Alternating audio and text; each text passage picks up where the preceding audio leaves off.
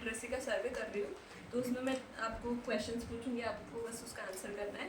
तो पहला क्वेश्चन है, सेविंग अकाउंट और एफडी के बीच का अंतर क्या है? सेविंग अकाउंट में पैसा उतना ही रहता है, और एफडी करेंगे तो उसमें 1 साल बाद उसका इंटरेस्ट बढ़ जाएगा। मतलब इनडायरेक्टली यही कि एफडी में मैच्योरिटी के पहले हम पैसे नहीं निकाल सकते, और वही सेविंग अकाउंट में हम कभी भी डिपॉजिट कर सकते हैं, कभी भी पैसे निकाल सकते हैं। और म्यूचुअल फंड का मतलब अगर यूज़ करते होंगे आप शेयर मार्केट में।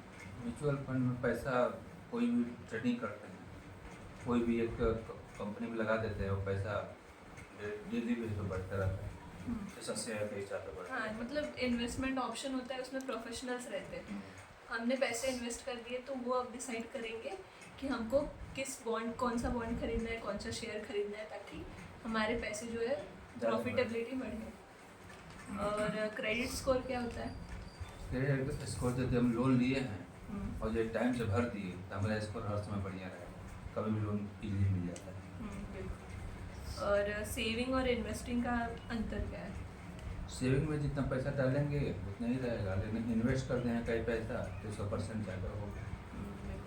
तो इन्वेस्टिंग ऑप्शन क्या क्या हो सकता है? जैसे कि शेयर हो सकता है, म्यूचुअल फंड हो सकता है।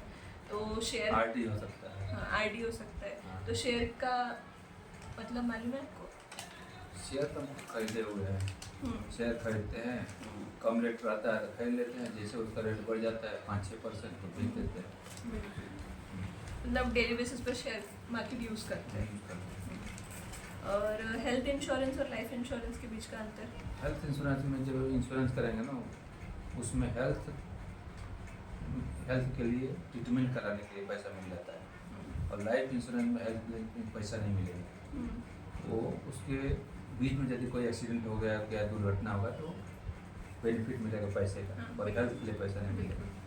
और जैसे कि हम डाइवर्सिफिकेशन करते हैं, जैसे कि एक पैसा हम एक अकाउंट में ना रखने से अच्छा हम अलग अलग तरीकों में, जैसे हमने स्टॉक में इन्वेस्ट कर रहे हैं, अकाउंट में रख रहे हैं, दूसरे बैंक के अकाउंट में रख रहे हैं, तो इसका क्या कारण हो सकता है?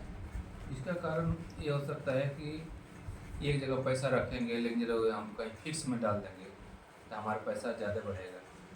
पीपीएफ में डाल दो, आरडी में डाल दो, बहुत सारा ऐसा स्कीम है जिसमें डालो तो पैसा आपका बढ़ता रहेगा। और ये भी रिस्क है कि अगर एक बैंक में हम ज़्यादा पैसा रखते हैं, मान लो आगे जाके वो बैंक डूब जाती है, हमारे पूरे पैसे चले जाएंगे। वही अगर हम अलग अलग जगह पर रखते हैं, अलग अलग इन्वेस्टमेंट ऑप्शन यूज़ करते हैं, तो वहाँ पे हमारे पैसे कई तरीके से रिस्क जो है वो कम हो सकता है।